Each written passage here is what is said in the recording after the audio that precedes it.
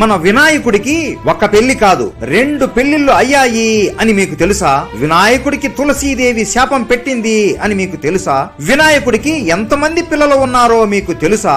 ఇవన్నీ ఈ రోజు వీడియోలో మనం తెలుసుకుందాం. ప్రతి ఒక్క వినాయకుడి భక్తుడు మిస్ అవ్వకుండా వీడియో చివరి వరకు చూడండి. వినాయకుడికి 20 ఏళ్లు వయసు వచ్చాక ఈ పెళ్లిళ్ళు ఈ పిల్లలు మన వల్ల అయ్యే పని కాదు. భీష్ముడిలాగా మనం కూడా ఆ జన్మ బ్రహ్మచారిలాగా ఉండిపోదాం అని వినాయకుడు నిర్ణయించుకుంటాడు. ఈ విషయం తెలియని శివపార్వతులు మన కుమారుడు కార్తికేయుడికి పెళ్లి అయిపోయింది. అలాగే మన కుమార్తె అశోక సుందరికి కూడా పెళ్లి అయిపోయింది. ఇక మన వినాయకుడికి కూడా పెళ్లి చేసేస్తే మన బాధ్యత తీరిపోతుంది అని అనుకుంటూ వినాయకుడితో పెళ్లి గురించి మాట్లాడాలి అని పిలిపిస్తాడు. వినాయకుడు అక్కడికి వచ్చి తల్లిదండ్రులకు నమస్కరించి, చెప్పండి మాత, ఎందుకు నన్ను పిలిచారు అని అడుగుతాడు. అప్పుడు పార్వతీదేవి, గణేశ, నీ